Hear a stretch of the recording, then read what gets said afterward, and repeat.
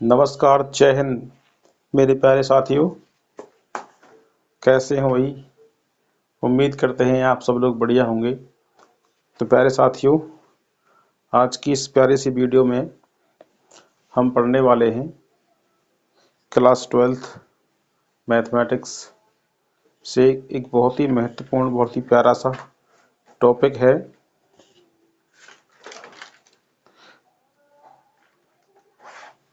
Topic है linear programming. इसे हम हिंदी में बोलते हैं रैखिक प्रोग्रामन। जैसा आप देख पा रहे हैं, इसे शॉर्ट में कहते हैं हम LPP, लीनियर प्रोग्रामिंग, रैखिक प्रोग्रामन। क्लास 12th के लिए इतना महत्वपूर्ण टॉपिक है ये। तो इस टॉपिक में से कम से कम 2 से 3 क्वेश्चन आपको मिलने वाले हैं। ठीक है, बड़ा ही महत्वपूर्ण टॉपिक है। इसमें से एक ऑब्जेक्टिव और एक शॉर्ट आंसर और एक लॉन्ग आंसर में कम से कम 6 से 8 नंबर का क्वेश्चन आपको। तो ओवरऑल इस टॉपिक से 8 से 12 नंबर का एग्जाम में आपको वेटेज मिलने वाला है। ठीक है, तो इसलिए नंबर के लिहाज से बहुत ही महत्वपूर्ण टॉपिक है। कंपटीशन की दृष्टि से भी महत्वपूर्ण टॉपिक है। कंपटीशन में भी इससे क्वेश्चन पूछ लिया जाता है। तो हम डिस्कस करेंगे इस टॉपिक को, बिल्कुल बारीकी से समझेंगे कि LPP होती क्या है, उसका पूरा फंडामेंटल हम देखेंगे। ठीक है ना, चलिए शुरुआत करते हैं। तो LPP रैखिक प्रोग्रामन है। तो रैखिक प्रोग्रामन होते क्या है? इसमें एक ऑब्जेक्टिव फंक्शन होता है जिसे हम कहते हैं उद्देश्य फलन। उद्देश्य फलन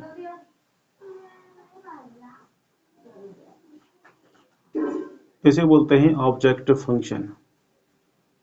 ऑब्जेक्टिव फंक्शन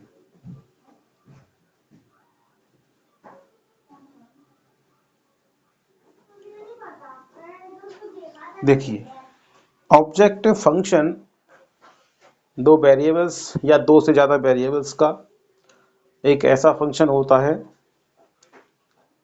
जिसका हम LPP में मैक्सिमम या मिनिमम वैल्यू पता करते हैं। तो लिखेंगे रैखिक फलन, रैखिक फलन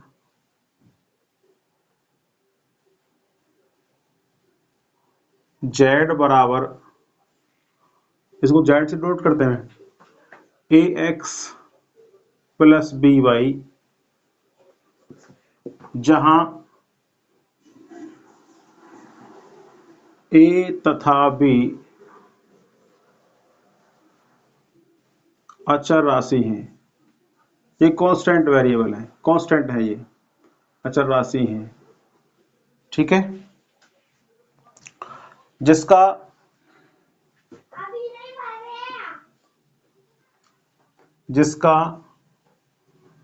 अधिकतम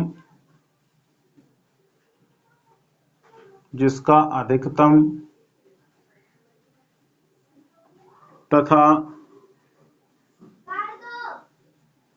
न्यूनतम मान ज्ञात कर सकते हैं, ज्ञात कर सकते हैं। क्या कहलाता है? उद्देश्य फलन कहलाता है। उद्देश्य फलन कहलाता है।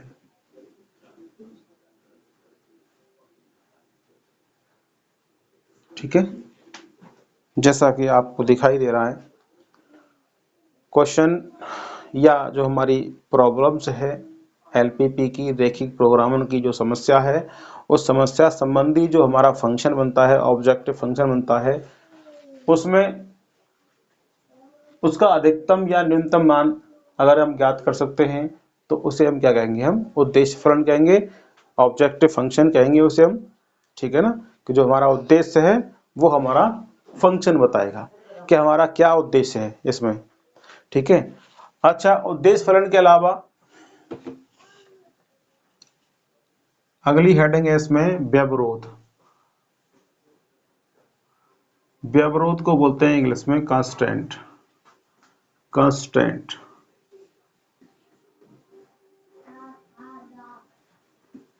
ये क्या होता है? कंस्ट्रेंट को हम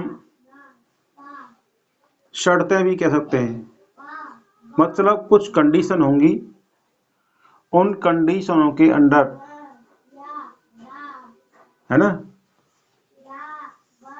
कुछ व्यवरोध, कंस्ट्रेंट्स, कंडीशन, जो शर्तें दे रखी होंगी कि हमें z की वैल्यू इतने के अंदर निकालनी है, कि x की वैल्यू इतनी होनी चाहिए तब z का मान निकालना है, y की वैल्यू इतनी होनी चाहिए तब आपको z का मान निकालना है। तो कुछ आपको शर्तें दे रखी होंगी, उन शर्तों को फॉलो करते हुए ही हमें z का मान पता करना है। ठीक है ना। तो देखिएगा, एलपीपी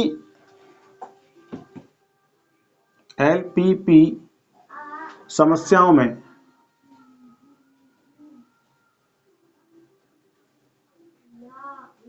एलपीपी समस्याओं में चरों पर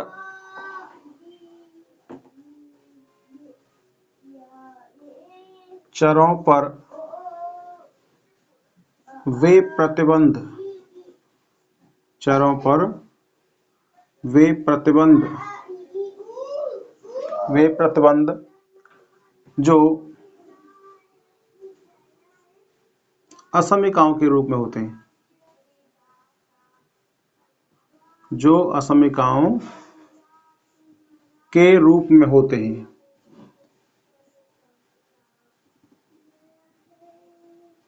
असमीकाओं के रूप में होते हैं, उन्हें व्यवरोध कहते हैं। उन्हें व्यवरोध कहते हैं। बात समझ में आई कुछ? व्यवरोध क्या होता है, दोबारा से सुनेंगे। एलपीपी समस्याओं में चरों पर वे प्रतिबंध, चर मतलब जो वेरिएबल्स दे रखे हैं, जिसके अंतर्गत हमें जो हमारा ऑब्जेक्टिव फंक्शन है z की वैल्यू पता करनी है। चर कौन से इसमें? x और y। तो x और y पर हमें कुछ प्रतिबंध दे रखे होंगे, कुछ कंडीशन दे रखी होंगी। उन कंडीशनों में जो असमीकाओं के रूप में होते हैं, असमीका मतलब या समीकरण के रूप में हो सकते हैं, वो असमीका या समीकरण के रूप में हो सकते हैं, उन्हें क्या कहते हैं? हम व्यवरोध कहते हैं। ठीक है ना। या लिखे दे रहा हूं मैं, असमीका कह सकते हैं इसको, या समीकरण के रूप में भी हो सकते हैं। ठीक है ना, असमीका या समीकरण के रूप में हो सकते हैं। क्या कहलाते हैं वे? व्यवरोध कहलाते हैं। ठीक है ना। अच्छा, अगला है सुसंगत हल। सुसंगत हल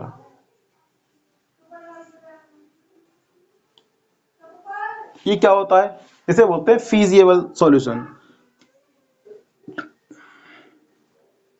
फीजिबल सॉल्यूशन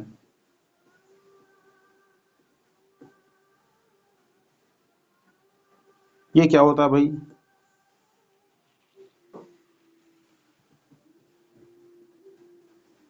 तो देखिए, फीजिबल सॉल्यूशन जो होता है, चरों के मानों का वह समुच्चय, मतलब जो हमारे वेरिएबल्स हैं x और y, जो वेरिएबल्स हैं, चरों के मानों का वह समुच्चय जो दिए हुए प्रतिबंध हैं उनको सेटिस्फाई करता है।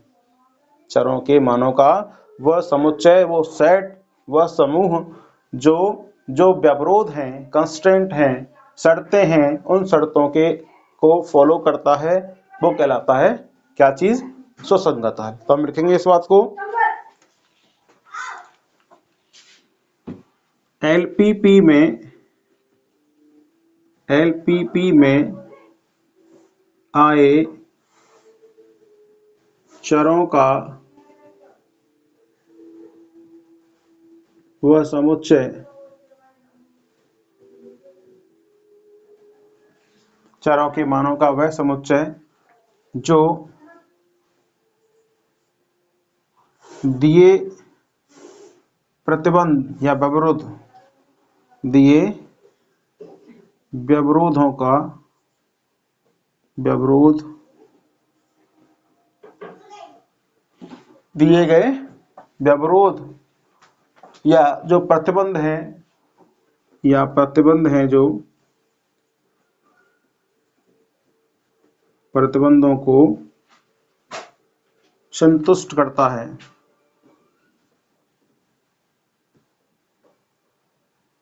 संतुष्ट करता है, उसे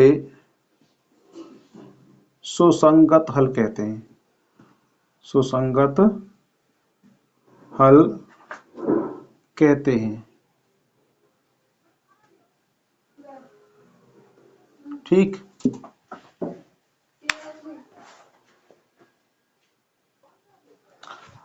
अगला है जी इष्टतम हल।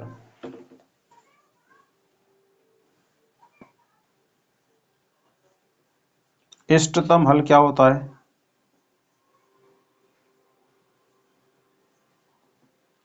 इसे बोलते हैं इंग्लिश में हम optimal solution, optimal, optimal solution.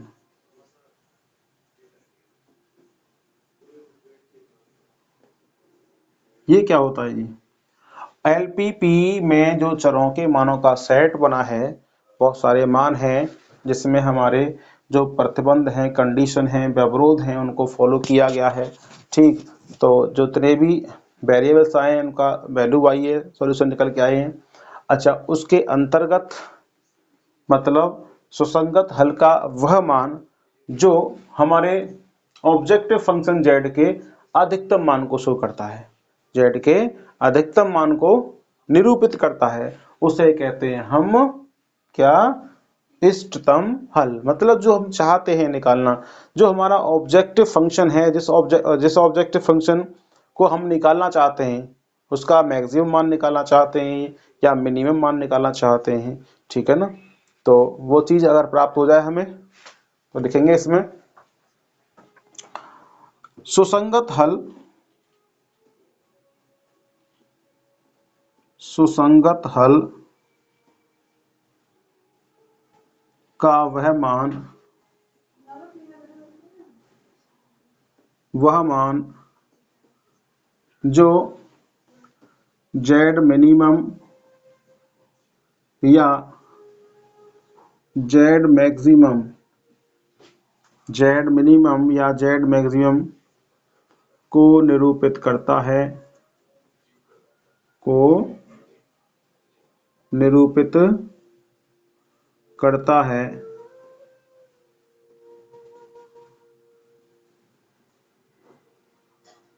उसे क्या कहते हैं? इष्टतम हल कहते हैं, उसे इष्टतम हल कहते हैं।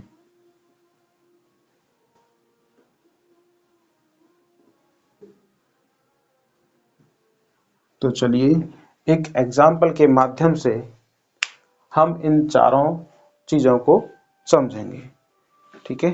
नोट करें इसे।